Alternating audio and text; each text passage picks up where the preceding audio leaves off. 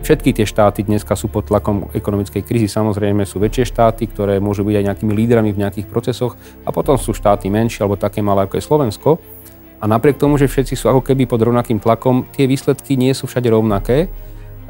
Povedzme, ja nechcem teraz samozrejme nikoho ohovárať, ale keď sa pozrieme len okolo Slovenska, tak aj naši priatelia majú mnohé problémy a možno by aj závideli presne to, že si popísal. Čiže tu som ako sa chcel spýtať, kde sú vlastne tieto možnosti? Prečo, povedzme, na Slovensku nemáme možno taký rozklad politickej scény ako u susedov našich západných, alebo nečelíme takej kritike medzinárodnej, ako sú určité procesy našich južných susedov?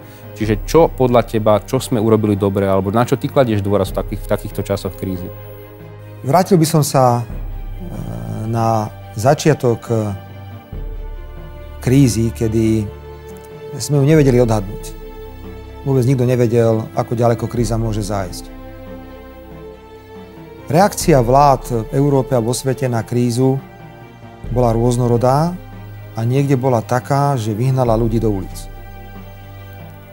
Teraz napríklad sú ľudia podstatne citlivejší na veci, na ktoré by neboli takí citliví v minulosti. Neviem, či mám dobré informácie, ale zachytil som, že v Španielsku má byť prijatý zákon, ktorý má do určitej miery obmedziť slobodu prejavu.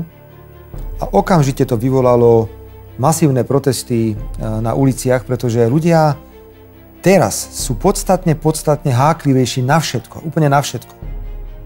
Veď povedzme si aj o Slovensku, že to napätie v spoločnosti narastalo v čase krízy. A bolo aj dobre živené, pretože keď je niekto v opozícii, má chuť zvyšovať napätie, aby vláda nebola úspešná a veľmi rýchlo padla a odišla preč. Čoho sa ja najviac bojím a čo je pre mňa asi také najväčšie memento. A to ma aj najviac riadi v politike. Chcem robiť politiku tak, aby Slovensko nikdy nebolo predmetom konfliktov na uliciach. Neviem si predstaviť, že by tak vymlátili policajti demonštrantov, ako vymlátili vo Francúzsku alebo v nejakých iných krajinách, pretože na to nie sme zvyknutí. Neviem si predstaviť, že by sa u nás diali veci, ktoré sú možno v iných krajinách už bežné, ale u nás ten prach citlivosti slovenskej verejnosti je úplne niekde inde. My sme krajina, ktorá celkom prirodzene chcela byť v roku 89-90 pápež ako pápež v demokratických pravidlách. Ja dnes budem tvrdiť, že v niektorých oblastiach ochrany ľudských práv sme podstatne ďalej, ako sú niektoré iné krajiny. Čiže ja by som na tú otázku odpovedal tak, že nech je to čokoľvek, čo robíme. Ja hovorím o sociálnom dialogu, hovorím o tom, že musíme byť trpezliví, nesmieme byť účtovníci v čase krízy. Robme to predovšetkým preto, aby sme krajinu udržali v stave sociálneho zmieru. A to dokážeme len vtedy, ak ľudia budú vidieť, že vláda na tých ľudí myslí, neurobí vždy maximum. Ľudia by určite čakali, že nebude zvýšenie platu o 16 eur, ale chceli by určite zvýšenie platu o 100 eur. Ale urobili sme nejaké rozhodnutie, nejaký krok tam bol. Toto ja v tomto okamihu považujem za najpodstatnejšie. V tomto je naša najväčšia zodpovednosť politikov v tomto období, aby sme túto krajinu udržali v kľude. A udržíme ju len vtedy v kľude, keď budeme robiť s ľuďmi a budeme na nich myslieť. Pretože inak sa to nedá.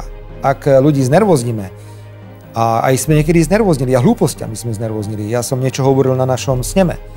Nebudem sa k tomu vracať, ale často sú to malé drobnosti, ktoré dokážu v tejto senzitívnej dobe ľudí doslova vytočiť do nepríčetnosti. Ešte viac sú nervóznejší. Čiže viac takej, by som povedal, pokory, viac aj takej trpezlivosti počúvať tých ľudí. Je iná atmosféra. Tiež keď idem medzi ľudí teraz, tak som taký opatrnejší, počúvam, čo hovoria podstatne viacej alebo som taký senzitívnejší na to, čo povedia, ako možno som bol pred 15 rokmi, tedy bola iná atmosféra.